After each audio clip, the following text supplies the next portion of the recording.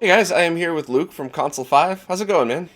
Good. Thanks for having me on the show. Yeah, no problem. Glad we finally get to do this. It's a morning one. Usually I have beer, but it's just coffee this time.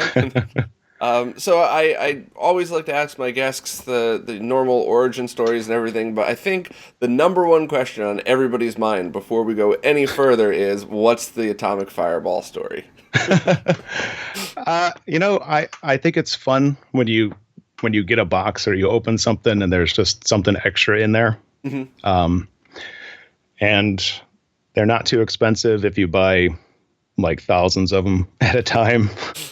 um, uh, they also provide a little extra protection for things in shipping. It tends to be the strongest thing in a bubble envelope. So, Oh, so if it goes through like one of the machines, the sorting machines, it provides the yeah. width so nothing. That's actually a really Well, genius idea. what happens is, you see those big bins at the post office and then like little bubble envelope and then like 50-pound package, right? So it's kind of Yeah. like the last the last little powerhouse that keeps hopefully things from being demolished. That's actually a great idea. I never even thought of it that way. Um, Also, my mhm. kids will not eat them.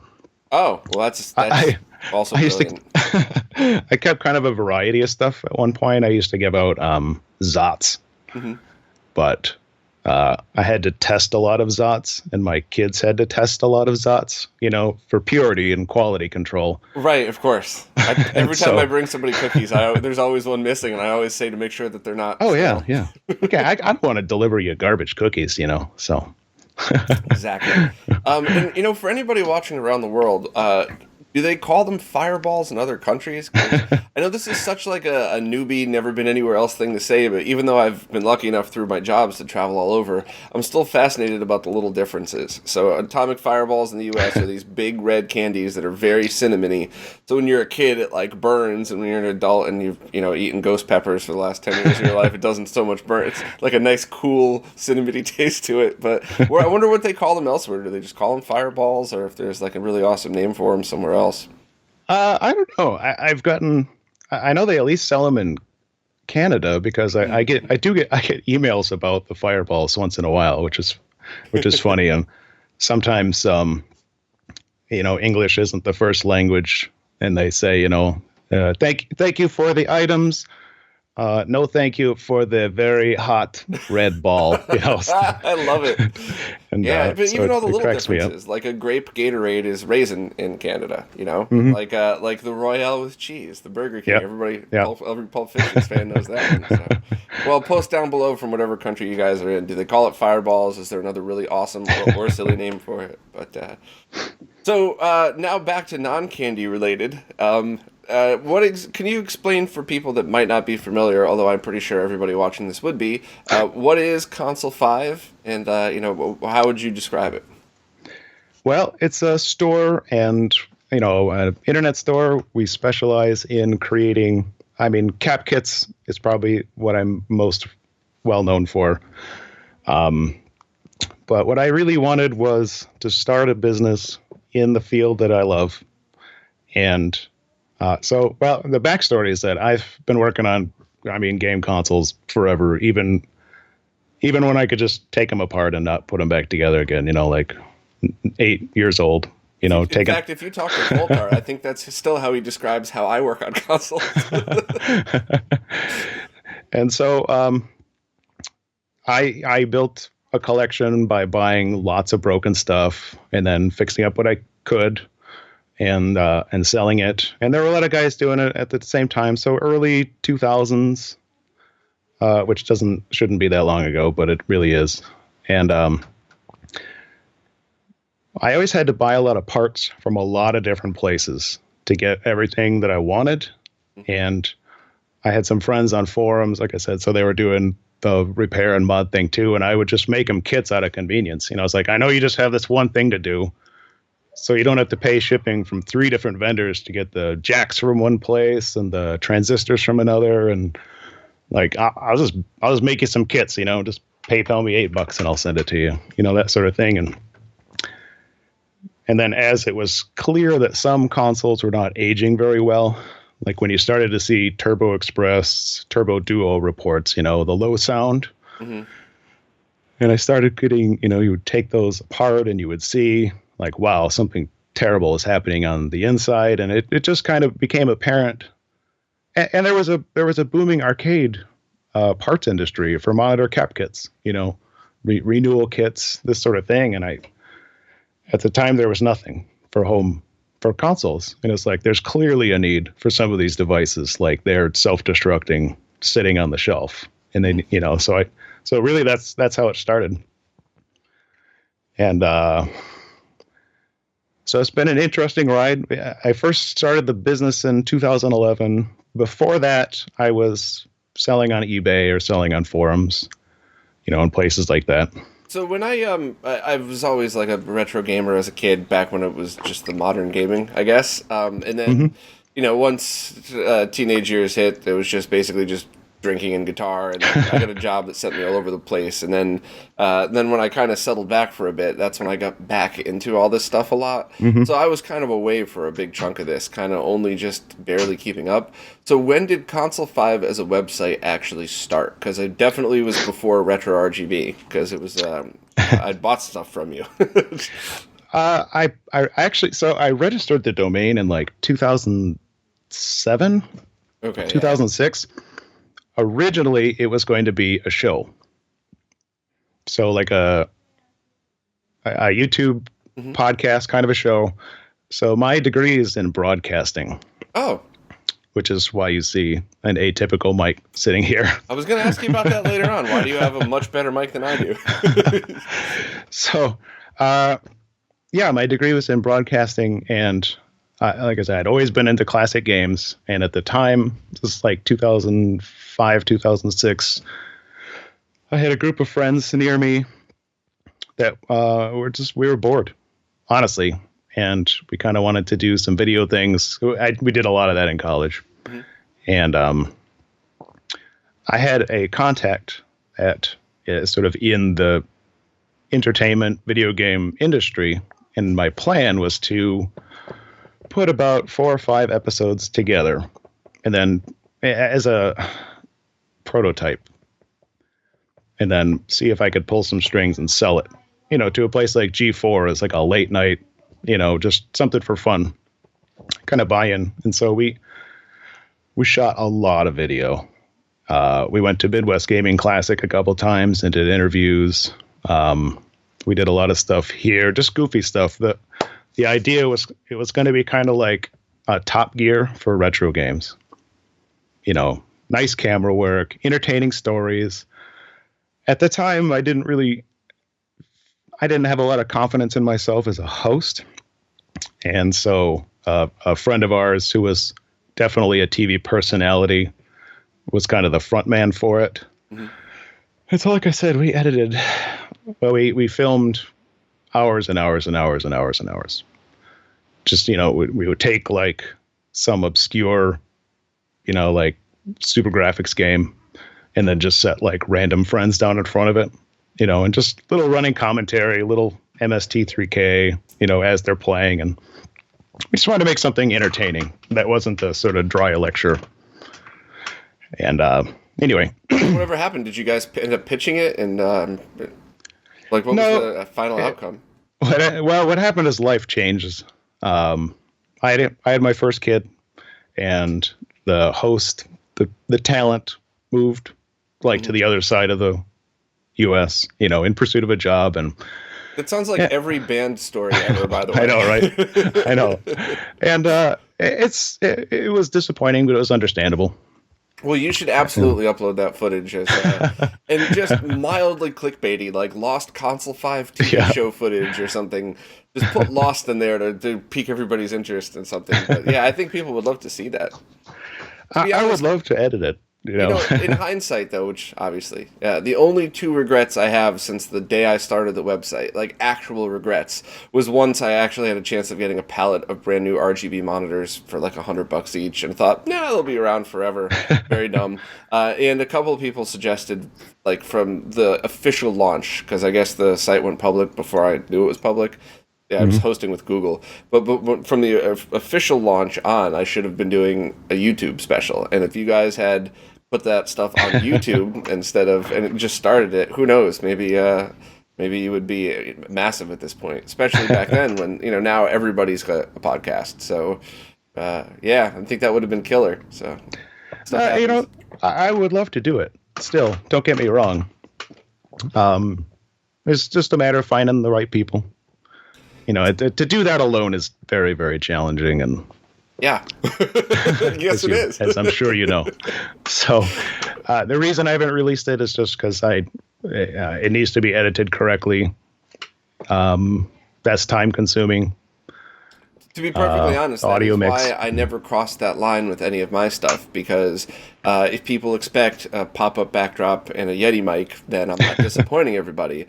But if one week I have, a green screen and I spend time with After Effects and make something awesome, and the next week I'm back in front of a pop-up, I want to make sure when I cross the line, if I eventually do that, it's consistent. So I actually completely understand. You don't want to just... Unless it is just talking style. I mean, whatever backdrop you have there is cool enough. But if you're actually going to put a TV show style thing in, I do agree. I just made a clean spot for this interview. Like we had some construction done recently, and I just invested in like all of these cabinets to hold things. Like I'm trying to really overhaul like how things are stored, and that's a very laborious process. Yeah. When I figured I was going to be moving, I got to jump on the video game stuff, and it was 3 months of moving things from cabinets to wire racks with wheels on it. And holy crap, I'm glad I did, because it made that process easy. But yeah, I highly recommend the wire racks with wheels that you can get right from Amazon. They're versatile as hell. They're on sale at Home Depot right now. Maybe not with wheels, but you can put wheels on anything. Absolutely. I got a friend who's a welder, so I could literally put wheels on anything. There you go. So to break down some of the Console 5 stuff, so you'd mentioned the cap kits before, and that is something that stuck out from day one, because you did hit upon the problem of, what if you have to order from multiple places? And it's... for people that haven't tried to do this before, in order to order, that's why I'm not a TV host, capacitors, you can't just read the values off the side. You would need a micrometer to see the distance. You want to make sure you're not ordering something that's too fat, because it might bump into the next. So having it all in one place that's already done is very convenient, but what's more convenient is, so let's say that I spend the time to do it because I want to be freaky and just buy the best of everything, and I order one of the wrong components.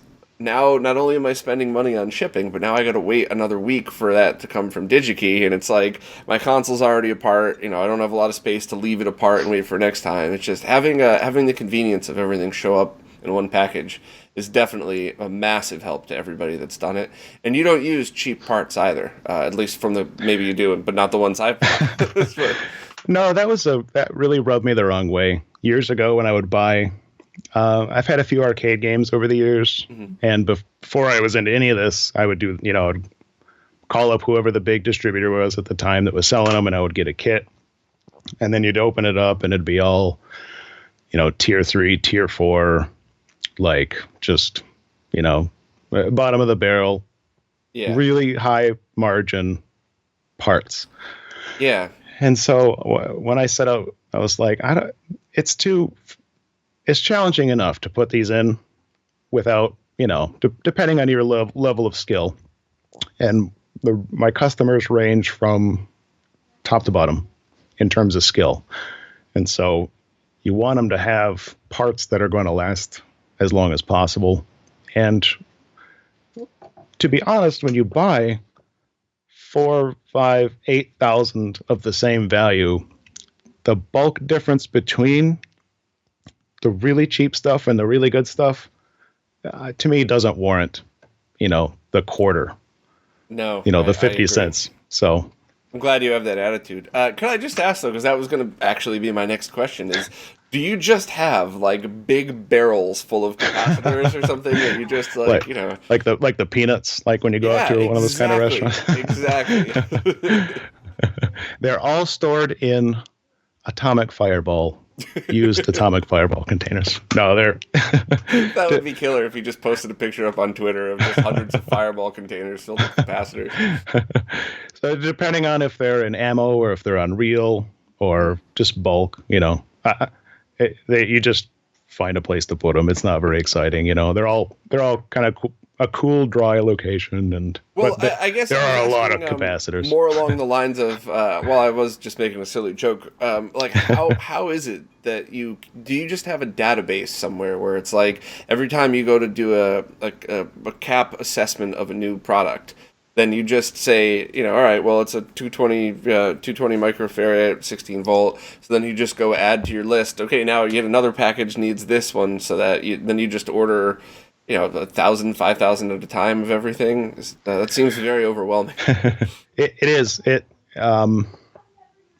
the moment, it's a lot more text files and spreadsheets than it should be. I'm actually designing a database for internal use for this sort of thing, and so all of this disparate, note-laden, data will be migrated into there. You never really know how challenging something is until you do it. You can sit back and theorize, and that's probably the number one lesson of starting a business like this.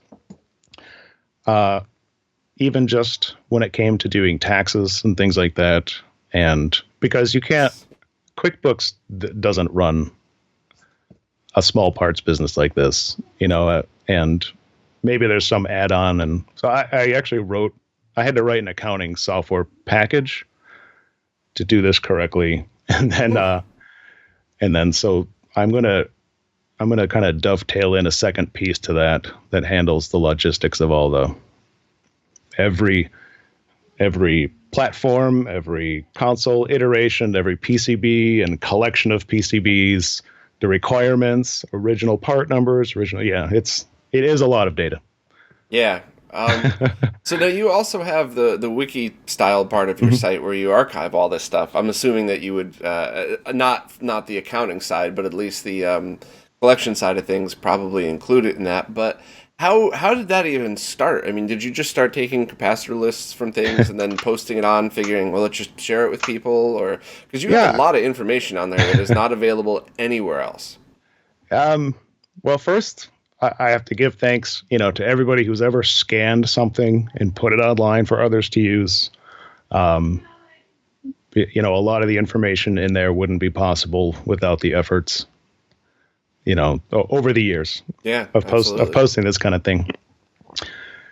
So, and I spent years doing repairs. And let's say you've got a ColecoVision open and you suspect there's a problem with one particular IC, and so I would want to go pull like just a pinout, a data sheet, that sort of thing, and maybe I need this schematic, and I want to do this mod, and start at this website and go to this, and I was spending like 20-30 minutes just collating data so that I could work on something at a pace that wasn't really frustrating. And so that when I decided to really make a go of the business, I was like, well, I'm going to just make the repair resource that I want, like a bench repair resource, and with the wiki software just kind of seemed perfect for it. It was very effortless to just start developing content and link it all together. And it's like 700 or 800 pages now, and it does start to get kind of overwhelming. Yes, it does. At that level. But it was kind of a selfish act. Not really, but I just wanted a place I could go to and like no nonsense. Like, I don't need to know how many layers of sprites this system handles or when it was released. Like, I just purely want to know what's in there, how to fix it, all the available data. I mean, that's essentially the exact same story of how RetroRGB started. My cousin Scott and I put together a Google Doc filled with how to mod your Genesis and Super Nintendo. And then one time he was just like, you should make this a website. I'm like, no, I should. Hey, it's not a terrible idea. Yeah, so it just kind of blended perfectly with the business, because I don't like to waste paper either. So like, some people they'll give you like 10 or 15 page install printouts, and I was like, I don't want to invest in all the paper and the weight to ship it and all that. I was like, I just put everything online, and that way, if something has to be changed, I could just change it, and it's not a big deal. It's easy to add feedback from other users. I get a lot of feedback in a variety of tones, but most people are great. I mean, I have a lot of customers that are like really eager to help and share data, and I put what they contribute in there and try and give everybody credit, because I started it, but again, like I said, it's a lot of work from a lot of other people, and I've been able to scan and add a few things. Some of the laser active pages I put on there. There were these fake service manuals that service manual websites were selling for like the pack modules. Mm-hmm. And I saw them online. I got really excited and I ordered them. And then it's just like basically how to stuff this in a box. Like that was the service manual. Wow. So I kind of like scanned those and posted them out of spite. Like, don't waste $25 buying the packing instructions because, awesome. And I'm trying to think what else I might have picked up over the years. There was another laser active thing that had some service bulletins for like the Sega module, that sort of thing. But for the most part, a lot of what I've found has just been things posted publicly. So I'm pretty good with PDFs and optimizing them. So like a while back, there was a big treasure trove of Sega service manuals. Mm-hmm. And so I took those all and went through and managed to drop like the file sizes on them pretty significantly, and posted those. So, or the TurboGrafx service manual, like 5 or 6 years ago, was posted. And so there's a version out there that's 50 megs, and then there's the version on my site, which I think is 900K. So, Yeah, that's a big help when you have thousands and thousands of those, Well, and then it's easier to store them on a device, or if you've got some like vintage PC maybe on your workbench, it's a lot faster to go through when they're optimized. So yeah, for anybody that's ever had to store anything, whether it's in a professional environment or just on your home computer, it's so much more to deal with if something goes wrong.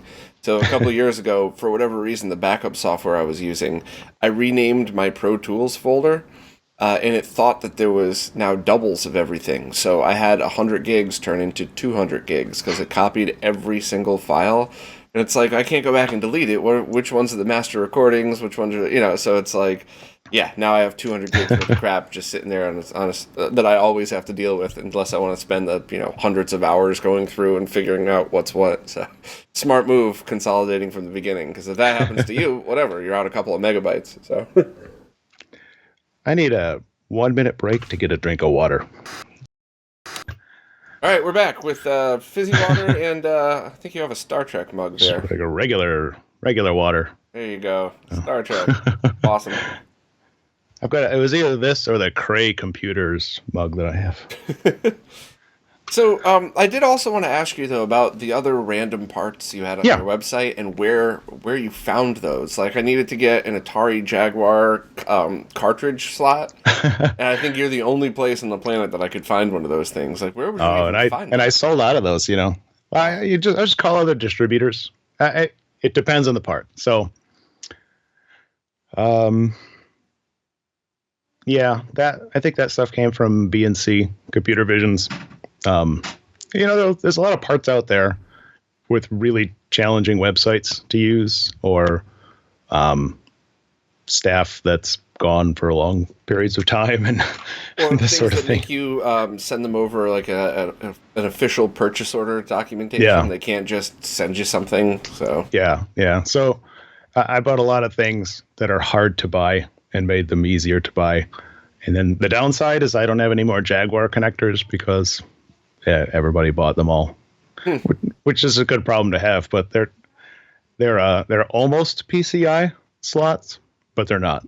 And I should contact AMP just to see how much it would be to make another run. But my guess is it would be extraordinarily expensive. And then I would end up with like 5,000 of them and maybe sell a couple hundred over a lifetime. Right. Yeah. Yeah. So The Jaguar is a strange beast too. Everyone I've ever had in front of me has had some issue or another, whether it's reflowing the RAM chips or the cartridge slot or something. So I don't know what IBM did, but they really managed to use as little solder as possible when they put those together. It can make them really frustrating to recap because you pretty much have to go around and add solder to every joint first. Mm-hmm. And I had bought a couple new, like around 2000, 2001. There was a Canadian chain of some sort that was liquidating them on eBay. And I bought one and it showed up and it had no sound. It did, but you had to put your volume at like 99, and then if you forgot when you turned it off, like your speakers would fly out. Mm-hmm. And so they sent me another one, but I kept the first one. And then I opened it up and it was like they just put like one thimble full of solder like across the entire board. And I just had to reflow. Yeah, I just had to reflow the audio regulator and poof, I had 2 working Jaguars. So Jeez. That worked out. Yeah, the whole Jaguar thing was a mess from day one. I remember it as a kid, as a video game fan, but I also remember because I think a family member had stock in the company, so I got to hear what the game magazines were talking about and what the executives were talking about, and it was so funny because everybody was calling bullshit on the same things. So yeah, that was a weird way for Atari to leave an industry that they basically created. Yeah, and with the new Atari box coming out, that seems just as all the behind the scenes stuff that's been posted seems a little strange. So I guess we'll see. And then its second life is a dental camera. I mean, it's like you can't write this stuff, It's just that is the only part of it that completely makes sense to me because those molds were probably back in the 90s. They were probably $100,000 each for the top and bottom pieces. So that's the only part that actually makes perfect sense. Where if they were some dental companies like, hey, we'll give you $40,000 for both. Sure, sure, take it. So yeah, that's the easy part. So what's like the weirdest thing you have on there? What's the most obscure? Like you have so many. I mean that as a compliment, obviously, but like... I don't know. I take a lot of requests. So a lot of what I carry is based on that. So a lot of the like little project kits was just like... Because there are all these circuits kind of buried in like Usenet, guides dating back to forever. And somebody would say, hey, do you have a kit for this thing I found? Like the Vectrex buzz reduction thing, Yeah. I'd be like, no, but I'll make you one, So a lot of what I have is somebody just said, hey, do you have this? And I said, no, but, give me a week. And you just build them and then either you sell one and then that's it, or it becomes popular, so. I think that's worth the risk, though, because that if you build it, they will come mentality. Like that, there's a lot of things out there that people who are maybe good enough to install it don't feel comfortable putting the kits together. Even the little things where you have to solder chips onto boards, that's not something a beginner could do, but you could solder to some nice big pads. I think once those things were available, a lot of people were like, oh crap, I just buy the kit and solder it in. So that was I think that was a huge help, and I think that probably drove a lot of things that people might have been hesitant to do. And a lot of the products come from, there are some people in the hobby that are really intelligent and make really cool things, like the McWill LCD kits, And so I love being able to carry things like that, because for a while to order it, you had to know and to email them or send them a PM on a forum and kind of wait for that exchange. And so to be able to just have those and packaged and ready to go, I know that's convenient for a lot of people. And the fact that you don't jack the prices up is something that's very commendable because let's just say a store had contacted me a few years ago to work on something with me, and they said they wanted to get into the modding stuff, and I said, all right, well, cool. Why don't we just start with this? There's only 40 available in the world, so let's just give these to the people that need them. And hey, they'll give you all the free promotion. And they're like, all right, well, we're going to have to sell them for like $60 a piece. Your cost is $7 a piece, including shipping. Yeah, well, to make a profit, we got to sell them for, at least 300%. Yeah, this is how you want to dip your toe in the retro gaming market. This is how you want to impress people by selling something that's listed on another website for $8. For all right, and I just said forget it, and I walked away from that. And it is very obviously, hey, guess what, guys? The store is not Console5. So yeah, it is very clearly not the attitude you have towards things. So thank you very much for still making a profit, but not ruining all of our bank accounts. Doing it without staff helps. I mean, I do. So my family helps me, and I don't have to pay them anything. So they're just free now. I have 3 boys, and the older boys I'm slowly training to do different tasks, and so I pay them. I have like little clipboards, and my middle, he's really into it, so he'll show up and he'll say, "You have anything for me to do?" I say, "I sure do. Go sign in." And and you see what their abilities are, and you give them you give them tasks appropriate to that. So he's like the executive in charge of stuffing bubble opes with fireballs and thank you cards. I absolutely love that. When I was so bored as a kid, my crazy ADHD brain bouncing off the walls, and as soon as I was old enough to do anything, I was like, I'm gonna go mow lawns to buy a Sega Genesis. But at that time I lived in the ghetto and there were no lawns, so I had to walk for blocks till I found somebody with a lawn that would pay me. And then there was the first lesson of life of trying to fight these people to get paid for the 3 times I mowed their lawn that they haven't paid me yet. It would have been lots of hard lessons learned. I would have loved to have been able to walk into a family member's house and stuff fireballs and sort out cabinets. Yeah, they don't love it, but they like money, like all kids. They'd rather be playing Minecraft or Roblox or... Yeah, what an awesome way to teach how to earn, though. That's perfect. You have to segue from dad to boss you have to be a little scary, but you can't be too scary, Say putting kids together. My oldest puts kids together, and we have this multi-step process to make sure everything gets in there. And so it's this is very important, because when people get these, if it's not right, they get really mad, and they tell me, they're not shy about being really mad. And some people are understanding, and some people are really mad. So I said, you right now are doing the most important job you can do. Well, I was actually going to bring that up at some point, but for whatever reason, people think that because I have links on my website, that means I sell these things. I've gotten so many hateful emails over the years about, I bought that thing from you, and I don't sell anything. I haven't in years. But one of the things that people don't seem to understand, which admittedly I didn't either until I had to look it up, but I have a couple of your kits in consoles where there's plenty of room inside, so you don't have to worry.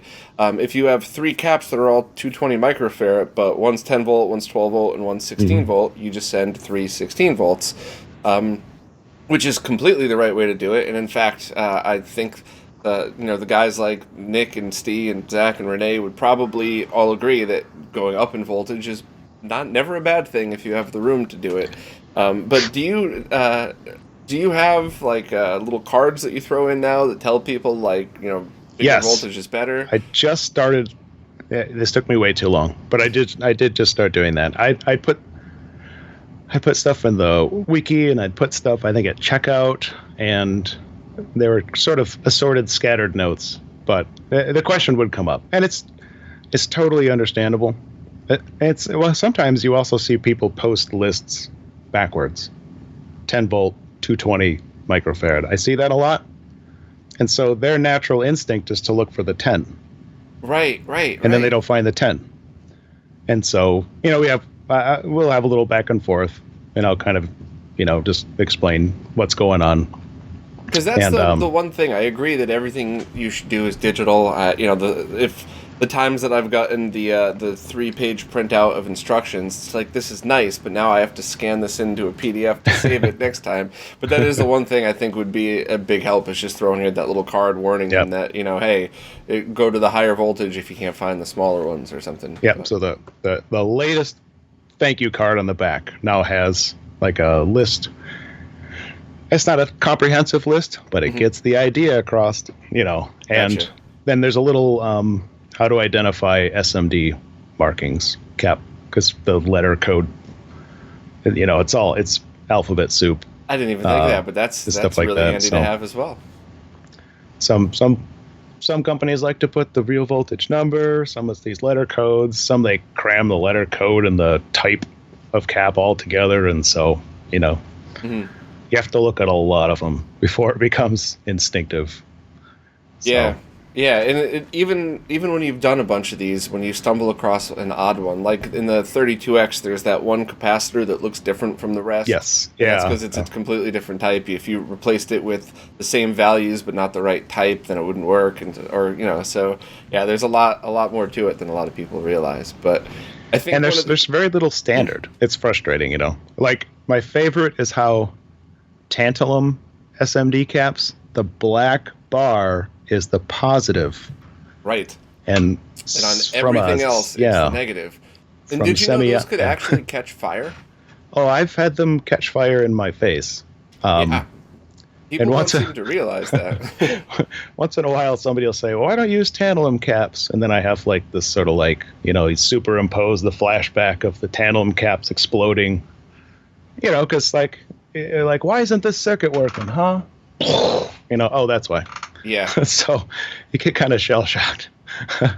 Yeah, it's just in life. It always seems that way. If you took a different cap and put it in backwards, it probably just wouldn't work, and it might eventually pop and ooze out, but it's not going to explode and catch fire. So, yeah. I had high school, electronics courses, and that's a memory permanently burned into my head as my buddy sitting a couple tables across from me. He can't figure out, why isn't this circuit working? Why isn't it working? And he gets this close, and then, and he kind of stumbles back, and he's got like the paper wrapping stuff like hanging out of his hair. He's kind of blinking. And I was like, I think that's why, So, and then we all laughed, and then I would use my clear parts tray as like a little shield. I would work around it, Jeez. That's hysterical. Yeah, I think we've all had incidents like that, but I've never had one. Luckily, I've never had a tantalum pop on me, but I do know that they're good capacitors with installed correctly, but there's a lot of industries that ban them for that exact reason. They're just really intolerant of voltage spikes, So I have this weird tabletop arcade game. I pulled it out of a barn, and it's based on cloned Tato 8080 hardware, like the same stuff that ran Space Invaders and all that. And I was trying to get it to work, and it would just boot up to garbage, and it was very challenging to service because the boards stack together, and so you really had to build a fixture to do anything with it.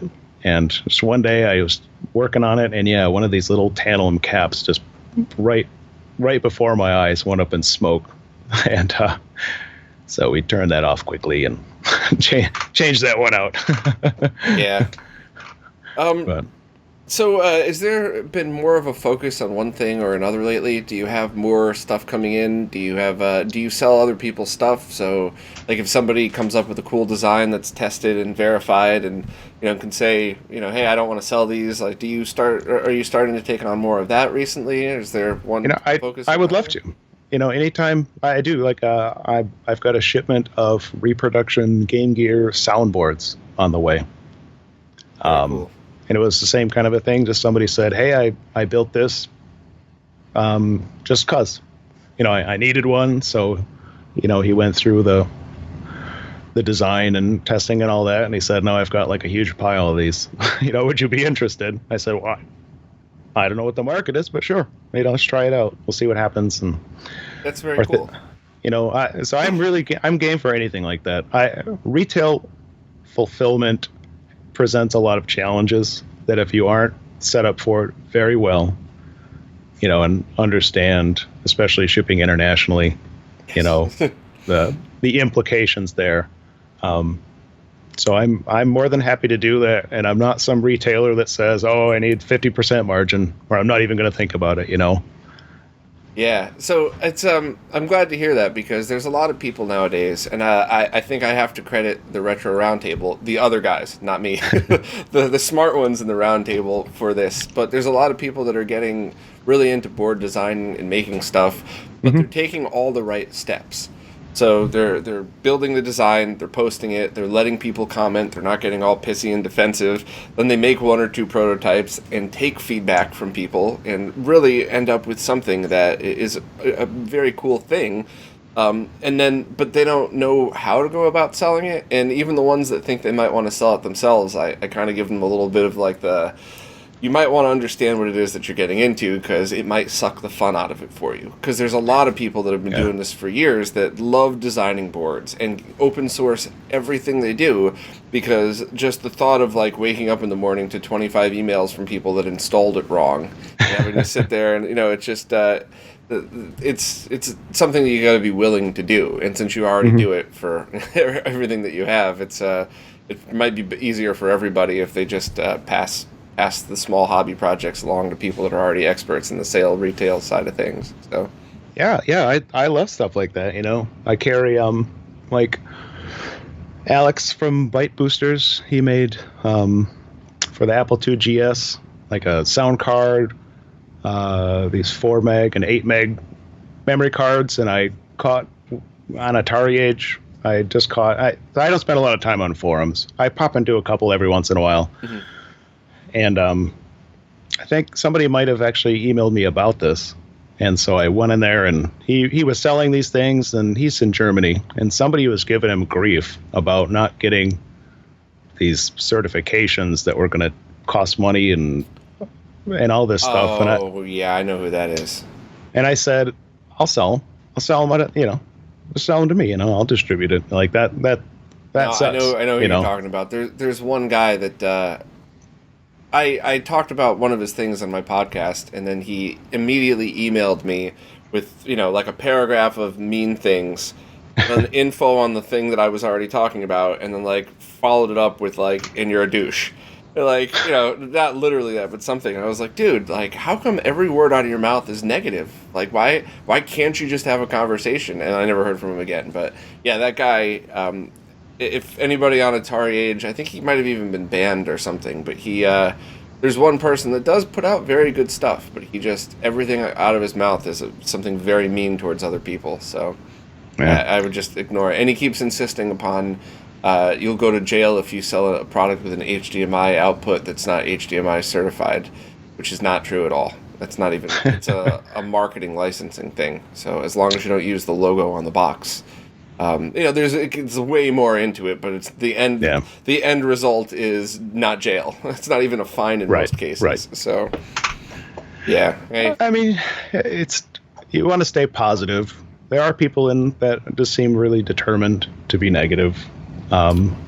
Yeah, and the loudest voice is never the majority, and I keep having to remind myself and my friends that are just getting into this because it is very easy to like put out a video or something where there's comments and you get 3,000 views and 30 really mean comments, and it's like you have to remind yourself that your average person that enjoys something enjoys it and moves along. They don't stop to comment. So while out of those 3,000 views, 2,000 could have been people that said, "Hey, that's really cool, good job," and just never didn't. So yeah, it is frustrating sometimes, but you gotta have a thick skin and you gotta know. I guess you just gotta try to know who to listen to, and that for me was the hardest part starting out, is because they're, like we're tech nerds, right? Like I was always very open and honest about the psychology behind that, and very often in my life I've been in a back room, electronics room in an IT lab and talked to tech nerds that have zero people skills, but are some of the smartest people I've ever met in my life that I genuinely like. So it's, you've run into that a lot in tech circles. So you have to understand who's just the grumpy IT guy or who's, and who's not. Yeah. And that was always the hardest part for me on forums, because if you're sitting in front of somebody, it's quite easy for me to within seconds to tell who's smart and who's just a dick. But it's almost impossible without getting to know somebody on a forum. So yeah, and that's part of the turnout. I like forums. But they do tend to develop interesting cultures, and not always positive, not always negative. Sometimes it's just hard to integrate or figure people out. You know, so much of communication just doesn't come across in that medium. So, and these days I'm just like busy nonstop. So when I sit down to try and decompress, like I have to get away from video games a little bit, you know. Yeah, I wouldn't let any of that stuff bother you because it's just, you know, and also the busier you are and the more work you're doing, it's much easier to not pay attention to those people. Because it's like, yeah, you don't like what I'm doing. The 500 kits I just sold last week, that says differently. Like, I'll just concentrate on this rather than respond to your stupid post. So yeah. Now, at the same time, you do have to be willing to listen to people, even if they are challenged at communicating their complaints. Yeah, so, it is. That's what I was talking about. When you're not in front of somebody, it's hard. It's so hard to figure out who is complaining and who's actually giving feedback. And I've gotten better at that because some of the greatest things that we've figured out in the retro gaming world have just been from people that are just like, you know, they metaphorically started out screaming at me, "You're doing it wrong," and then when I finally listened, they were 100% right, and their feedback made things way better. So. Mm-hmm. Yeah, I've been read the riot act over some very trivial things over the years, and you know, the challenge is to just figure out why a person is responding the way they are, and say, hey, I'm here to listen. I'm on your side. Just present your case. Present the evidence. I'm big on scientific process. In my other life, I work for a research journal from time to time, publishing.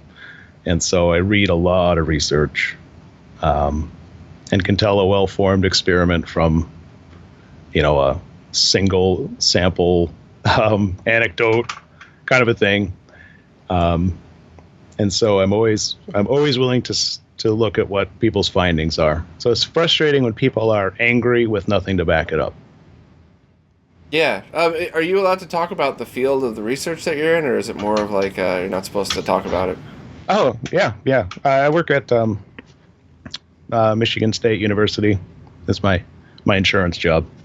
And so I do a variety of programming and things like that, web design, database. And then we do a quarterly research journal. So I prepare the PDFs, the documents, get the images square, redact things that should have been redacted along the way. You know, that I do video. So I have a degree in broadcasting, but I rarely use it. But I do once in a while get to shoot some video. The last thing that I did was surgical dissection. So wow. it's a variety of things. That actually keeps it interesting. Yeah, see? It is. You know, I'm not going to send you the links, but it's interesting. Yeah, I always like stuff like that. I like I listen to the Joe Rogan podcast now and then. I like some of the people that do the scientific research that go on, and it's always the same because it doesn't really matter if you're talking about, you know, muscle regeneration or the proper layout of a capacitor and a board. Like everybody that seems to know what they're doing has a very solid grasp on beginning, middle, and end. You know, concept, testing, and then final implementation, and that's far fewer ethical concerns with electronics research. But. Yes, absolutely. Yeah, I dipped my toe in that a little bit with the job that I had because we made medical grade computers. Okay. So everything that we did had to go through a stringent testing where you also had to go on, will it affect anything that's strapped to a person's body or any machine that's reading it? And then there's the percentages and stuff you have to go through. So I wouldn't call it ethics, but I did at least have to go through some of the medical stuff with it. But I thought it was cool. I liked it. At the very least, you don't want it to interfere with the telemetry, things like that. Right. Yeah. Yeah. And it's funny arguing with people though, because it's like, well, it's a 1 in a million chance of this happening. Yeah, but there's way more than 1 million people in the world, and there's probably more than 1 million people coming through this hospital in a 5-year period. So doesn't that mean that if we do this wrong, we're going to kill one person? Like, that's... I'm not all right with that. Let's just use the higher quality components. So... did I miss anything? I mean, I'm a big fan of the website, but because I am, I feel like I already know it. So maybe I missed something that other people might be interested in, or something that you'd want to talk about. So like I said, I take requests. So right now I'm putting together a kit. Let's see what's going on this week. Starting some kits for some of the early IBM, so mono CGA EGA monitors. So working on a kit for the 5151 right now. I had a customer who had a Neo Geo CD power supply that went critical, and so I'll be carrying some. He had a Veristor smoke out, so just I'll be getting those in. So I'm probably going to integrate those in the power supply cap kits for those. That's not the first time I've heard of one of those going up. What else? I don't know. So that's a lot of what goes on. It's just request fulfillment. Well, I think for anybody that's looking for any components, definitely check your store first. For anybody that's made new boards, obviously I would recommend them letting your peers vet them out first, make a couple of them and test first. But to sell them through your store, just contact you right at the contact link on your store. Yep. Mm-hmm. Very cool. Yeah, just let me know what you got. What you were thinking price wise. So I'm not going to lean on you to get to negotiate. I'm not going to negotiate hard. And it seems like you're open to start at small quantities just to kind of see if anybody's interested, right? So, yeah. Certainly not going to walk in large. with like a retail mentality of minimum of 100 or something like that, or no. Yeah. No, it's interesting dealing with so many sort of different, people and places that things come from. It does make it an interesting challenge to try and guess. Well, I'm gonna probably sell out of this in a week, and they usually need about 3 weeks, and postage is sometimes 2 to 5. So so I should order that. So we can sell out of things way faster than we expected. Generally, if something is available for back order, I can have it in pretty short order. Cap kits, like I only like to show what I have ready to go in stock for anything real, because I hate it when you buy something and then you learn it's made to order. Like, oh, well, that's going to be 3 weeks. So I show the actual physical stock, except when there's a error once in a while, but most of the time. Gotcha. So things like kits, typically there will be a 0-day wait to a 5-day wait at the most. Some of these other things, like if I run out of Game Gear, McWill LCDs, I can, a week or two, that sort of thing. But yeah, I ship every day a package, 7 days a week. Try and get things out as soon as physically possible, because I hate waiting. And modern internet sales have gotten us so used to that. True. Amazon Prime, 2 days, or. Actually, I live in the city now, so it's same day for a lot of stuff, which is kind of mind blowing to me. But nice. That would be very addictive. Like yes. Probably that 2-day cool off period, like it's financially beneficial. Well, thank you for taking the time to do this. I hope this is the first of many. I wanted to stick with more generalizations for this one, just to kind of introduce you to people. But hopefully, we could have you back again, because your reputation definitely is well known. I mean, when I have some of the smartest and pickiest guys that I know say, "Oh man, I got to do a recap. Let me just go order it from Console5." Like, these are guys that if there was a chance that they could get a better, like, make it better themselves, they would. So the fact that they just order it from you is a massive compliment to you and the work that you do. So that kind of speaks for itself. I appreciate that. Thank you very much for Thank you for your kind words. Well, I wouldn't be nice if it wasn't true. So, people could obviously find you at console5.com. You're on Twitter, but not super active on it. Is there any other? I listen. I lurk. You know, I take questions on Facebook. Email is usually the best. Either one of those is fine. But I do respond on Twitter. Okay. Well, I'll leave links to your accounts down below. And thanks. Hopefully, we'll just do this again soon. Thank you very much. All right. Take care. Nice talking to you.